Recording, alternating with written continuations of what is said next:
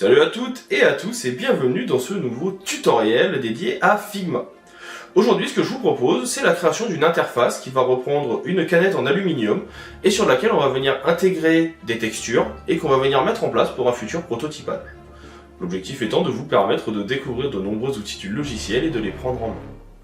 Si jamais vous avez des questions au cours de la formation, n'hésitez pas à me les poser dans les commentaires. Et si vous voulez aller plus loin dans l'apprentissage de Figma, sachez qu'une formation complète, plus de 40 heures de formation, sont disponibles sur okformation.online, dont le lien est dans la description. Le tout pour 80 € à vie, Discord et mise à jour comprises. Ce sera avec plaisir que je vous accueillerai pour échanger sur ce sujet. Si jamais vous avez aimé la vidéo, vous pouvez aussi liker, partager et vous abonner pour faire monter le référencement. Et puis moi je vais vous souhaiter un bon visionnage et je vous dis à tout de suite. Pour le prochain exercice, je vous propose un petit travail sur une interface classique. Donc on va prendre une frame en 1920-1080. L'objectif, ça va être déjà de venir la remplir d'une couleur. Comme vous l'avez vu, j'aime beaucoup ce qui est un peu sombre. Donc on va partir sur une teinte vraiment noire. Un peu grisée, pas totalement noire, mais déjà comme ceci. On va travailler avec une image. En l'occurrence ici, une image de canette. Donc je vais dans mes images. Non pas mes exemples, mais mes images. Vous avez ici une petite canette que je vous ai préparée et qu'on va pouvoir venir intégrer. Alors je vais mieux cliquer parce que là, je l'ai mis en tout petit. C'est pas forcément adapté. Et donc, on a ici la canette. On va commencer par faire un truc relativement simple, mais que vous connaissez déjà. Ça va être la détourer. Pour ça, je prends mon outil de plume. Et puis, comme on est sur une canette, vous allez voir que c'est relativement simple. On va avoir une ligne à peu près droite ici. On va venir découper le long des bords, le cul de la bouteille. Ici, on va être totalement droit. Donc, vous voyez que ça va assez vite. Ça permet de travailler en plus sa maîtrise de la plume sur une partie des angles. Vous pouvez bien sûr zoomer pour avoir quelque chose qui soit un peu plus adapté à vos besoins. On n'oublie pas qu'aussi les points peuvent être replacés s'il y a besoin parce que vous les auriez mis au mauvais endroit. Donc ça, vous avez juste à venir cliquer directement sur un point, ou alors vous-même pouvez le supprimer si vous le souhaitez. Bref, tout est possible, à vous d'adapter suivant vos besoins. Là par exemple, le dernier point, je vais le sélectionner, je vais prendre mon outil de déplacement, je vais juste le redescendre un petit peu. Donc là, ça me plaît pas mal, je reprends mon outil de plume, et on continue notre tracé. Ici, on appuie sur la barre d'espace pour remonter avec l'outil de main. Là, on n'est pas trop mal. On fait le dessus. On sera sur une canette qui est déjà ouverte. En fait, l'idée, c'est aussi de vous montrer quand même pas mal de petites choses qui peuvent être utiles. En plus des masques, en l'occurrence, ce qui va m'intéresser, comme vous allez voir, ça va être comment on va pouvoir venir simuler une étiquette à partir d'une photo, d'un produit qu'on aurait réalisé. Donc, on partira d'une photo pour l'exemple, mais vous verrez que ça va assez vite. Et donc là, on intègre. On fait bien notre côté de gauche. On redescend ici. Une fois qu'on est bien placé, on vient jusqu'en bas, on appuie sur Shift pour faire une ligne droite, on refait notre autre côté, et là, on finalise. On n'oublie pas de mettre en mode File, on vient sélectionner les deux éléments, le vectoriel doit être en dessous de l'image, on les sélectionne, clic droit, alors d'ailleurs je vois que, allez savoir pourquoi, il m'a mis mon élément imagé ailleurs que en haut, voilà, il est là. On sélectionne les deux, clic droit, créer un masque. On a notre canette. On peut venir la réduire en restant appuyé sur Shift, et on va pouvoir venir la placer par exemple dans notre composition. Ça sera, qui sait, l'élément central sur lequel on va travailler. Derrière elle, on va peut-être se mettre un rectangle, qui sera un rectangle de couleur, qui sera un peu la couleur principale de notre boisson. On va faire un dégradé. Ce dégradé, il va aller de gauche à droite, sauf qu'il va avoir un point central, qui sera la couleur que l'on veut. On va s'inspirer d'une marque de canette assez connue, que vous reconnaîtrez à la couleur choisie, et dont on va venir ici baisser l'opacité d'un côté, et puis venir baisser l'opacité de l'autre côté, tout en ayant encore une fois la couleur. On n'oublie pas de renommer ici notre groupe canette, et notre élément, on peut le mettre derrière, de façon à ce que ça passe bien derrière. Imaginons maintenant que sur cette canette, je veuille mettre une texture. Comment faire? Je vais aller chercher ici une photo. On va prendre par exemple, on va partir du principe que c'est une canette qui est au goût d'orange. Je sélectionne ici mon orange. Et vous voyez, je peux venir la mettre dans ma composition. Je peux venir l'intégrer directement dans mon masque de canette. On peut le mettre au-dessus de l'image, c'est mieux. Et on voit déjà qu'elle apparaît directement dedans. Je vais pouvoir réduire pour adapter le tout. Et j'aimerais qu'elle s'adapte en termes de colorimétrie. Et bien ici vous avez, et on l'a déjà vu, le petit point avec les blend modes.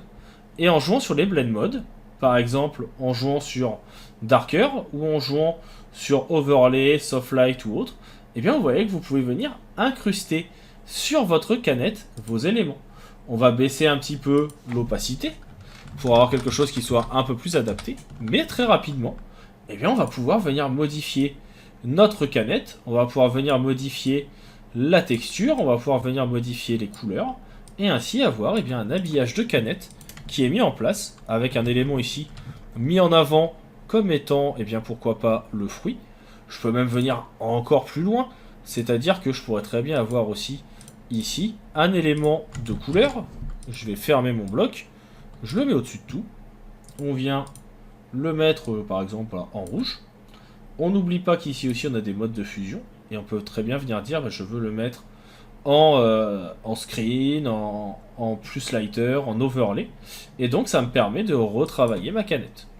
D'ailleurs je vais peut-être même pas la faire en rouge ici, vous voyez je peux même partir sur quelque chose d'un peu plus orangé, pour aller avec la couleur d'origine, et puis en termes de rendu, on peut partir sur...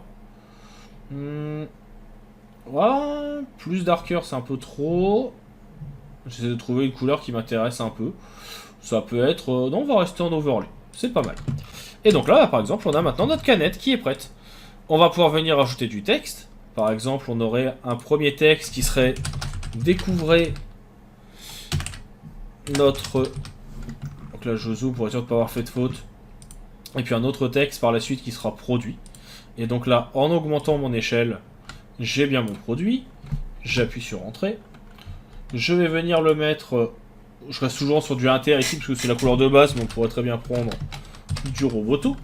On va le prendre en classique et on va le prendre en black italique. On peut même augmenter un peu la taille maintenant. Et donc on aurait d'un côté Découvrez notre, voilà, qui serait là, un petit peu caché même derrière la canette. Vous voyez, on viendrait le placer au-dessus de notre élément. On a un petit effet un peu caché. Et puis l'autre côté, on pourrait mettre produit. Ou boisson. D'ailleurs. On viendrait le mettre, lui, totalement en majuscule.